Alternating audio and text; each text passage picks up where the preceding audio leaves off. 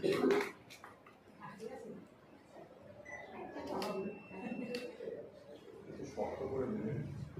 তো আর সিডি ক্যাসেটের যুগ নেই, তাই এইভাবে আমরা উদ্বোধন করলাম, কেমন?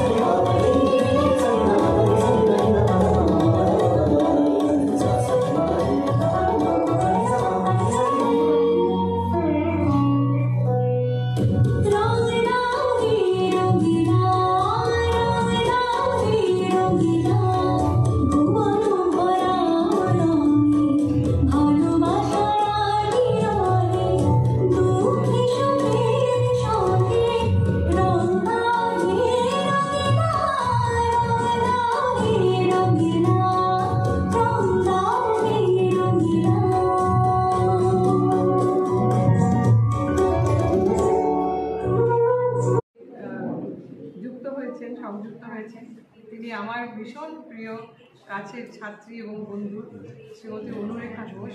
তাকে কেনার ছেলে, তিনি একজন অসাধারণ নৃত্যশিল্পী। তো এই আজকে যে বসন্ত উৎসবের যে ভিডিও, আমার মনে হলো যে আজকে তো হোলি হয়েই গেল আমাদের জীবনে।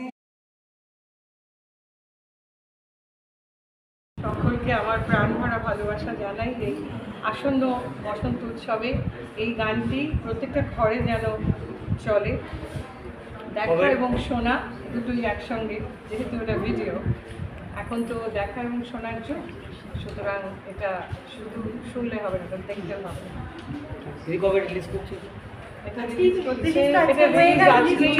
আমরা রিলিজ অনুষ্ঠানেই এলাম।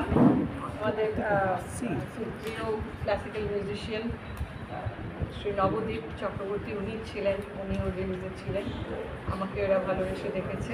আজকে রিলিজ হলো, মানে আমাদের এখন এবছরের হোলি, সামনের বছরের হোলি এবং আগামী বেশ কয়েক বছর হোলিতে এই গান খুব পপুলার হবে। আমি চাই যে লোকের মুখে মুখে ফিরুক এই গান। হ্যাঁ, এইটা তো টেকনিক্যাল ব্যাপারগুলো আমি বলতে পারবো না। না, এটা আধুনিক বাংলা গান হলেও এটার মধ্যে রাগের একটা ছোঁয়া আছে।